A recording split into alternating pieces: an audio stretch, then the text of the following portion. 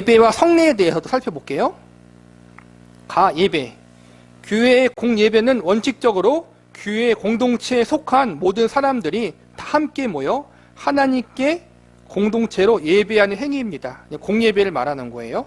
따라서 코로나19 사태의 장기화로 말미암아 온라인이나 예배문으로 각처에서 예배하는 일에 익숙해져서 공예배의 중요성에 대한 인식이 약화되거나 이것을 온전한 예배로 알아 만족하며 현장에 모이는 공예배를 소홀히 여겨서는 안 됩니다. 각 지교회 회중이 한자리에 함께 모여 성삼위일체 하나님을 예배드리는 일을 모든 신자들이 지킬 의무입니다. 함께 모여 예배하는 것이 뭐예요?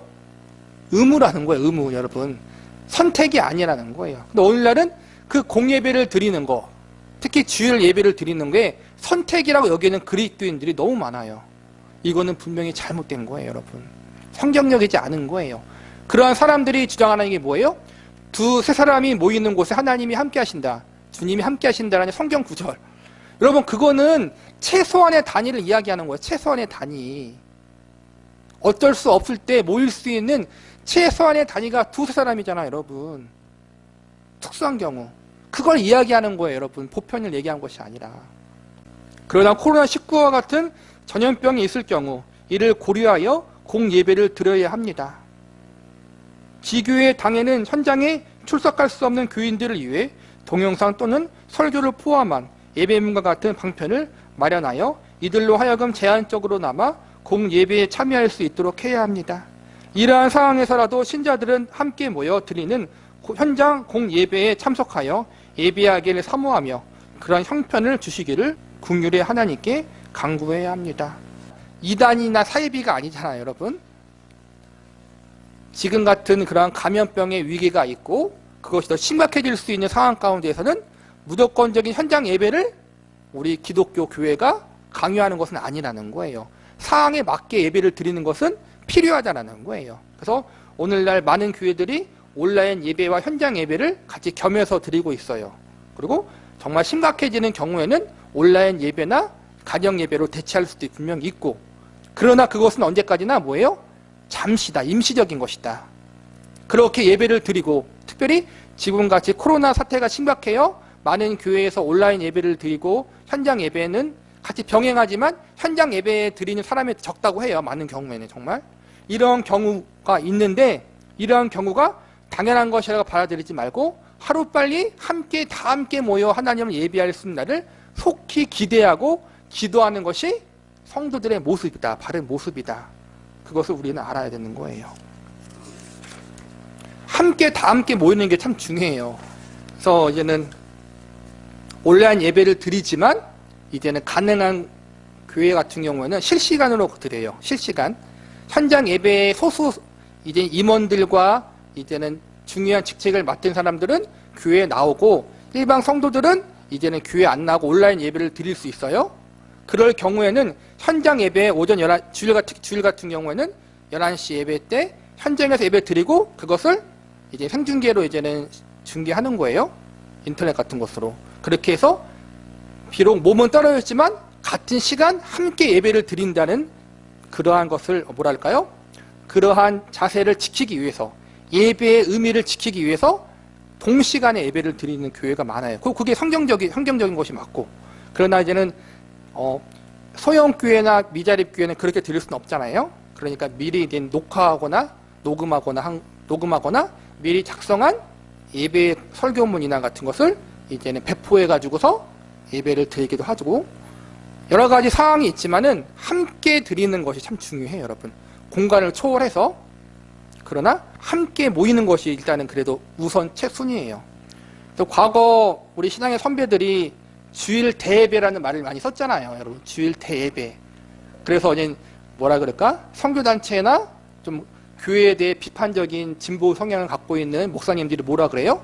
그러면 주일 오전 예배는 대예배고 주일 저녁 예배는 소예배냐? 그렇게 우스갯소리로 좀 약간 그렇게 공격을 했잖아요. 그러니까 참 뭐라 그럴까? 틀린 말은 아니에요. 근데 여러분, 주일 대예배라고 불렀던 이유에 대해서 우리는 알아야 돼요. 그러니까 옛날 분들이 그 이유를 설명해 주고 왜 주일 성수가 중요하고 왜 주일을 대예배라고 불리고 그런 거에 대해서 우리에게 알려주고 그렇게 강조했으면 참 좋은데 우리의 신앙의 선배들이 원리를 이야기해 주지 않고 그냥 무조건적으로 해. 그렇게 한 것에 대한 반발이 생겨난 거예요. 사실은. 왜 주일을 난 예배를 대예배라고 했느냐. 그 시간에 가급적이면 그 지역교회에 속한 모든 성도들이 다 함께 모이자라는 거예요. 여러분.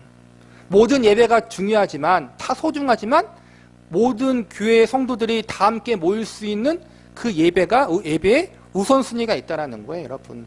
지금은 대예배 그렇게 이야기하지 않지만 그래서 주일 예배, 난 예배가 가장 지역 교회에서 우선순위로 드리는 거예요. 여러분.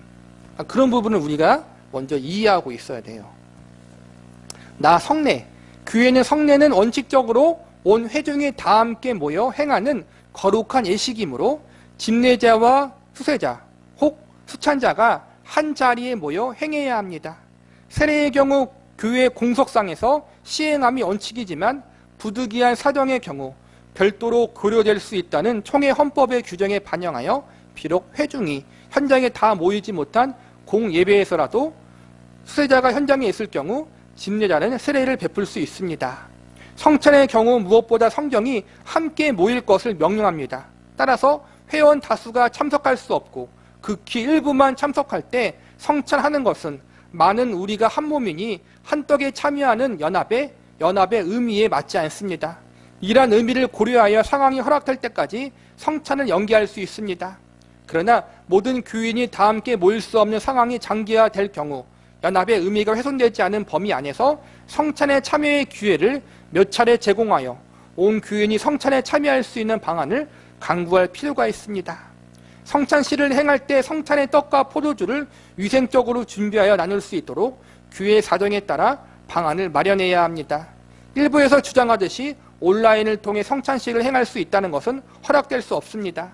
성찬은 예식이 거행되는 시간에 그 자리에 참석한 교인에게 나누어 주는 것인데 현장에 참석하지 않은 자에게 나누어 줄 방법이 없기 때문입니다. 이처럼 성찬을 정상적으로 시행하지 못하는 상황을 애통히 여기며 다시 코로나19 이전과 같이 성찬을 행할 수 있는 날이 속히 오기를 간절히 구해야 할 것입니다. 지금 세례와 성찬을 이야기하고 있죠. 세례 같은 경우에는 공예배 때 특히 모든 교회의 교인들이 가장 많이 모일 수 있는 주일 날 예배 때 세례를 행하는 것이 가장 덕이 있고 가장 합당하다라는 거예요. 그러나 이제는 부득이한 경우, 특수한 경우가 있잖아요. 특수한 경우에는 이제는 세례를 집례하는 이제는 목회자가 있는 자리에서 예외적으로 특수한 경우 행할 수는 있어요. 다 같이 모이진 못해도. 중요한 것은 세례도 마찬가지고 성찬도 마찬가지고 집례할 목회자가 있어야 된다는 거예요. 이 두 가지 경우에는 아무나 할 수 있는 게 아니에요. 왜냐하면 교회 질서 때문에 그런 거예요. 교회 질서 때문에.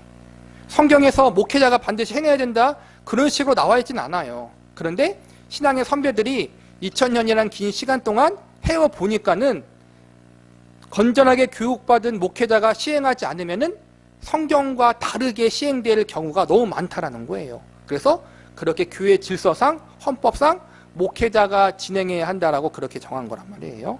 뭐 성찬 같은 경우는 절대로 온라인으로 드릴 수 없다. 세례도 마찬가지고 성찬도 마찬가지고 현장에서 해야 된다. 다 함께 모일 때. 그러나 지금 같은 코로나 같은 그러한 감염의 상황에서는 그 부분이 힘들 수 있어요. 그러면은 다 함께 한 자리에 모일 수 없지만은 뭐라 그럴까요? 여러 번 나누어서 함께 참여할 수 있는 방안을 마련할 수 있다는 거예요. 그러니까는 원칙은 있지만은 항상 예외가 있다. 그러나 반대로 예외가 있지만 그것이 원칙적이고 보편적인 것은 아니다라는 사실을 우리가 늘 균형 있게 알아야 된다는 거예요.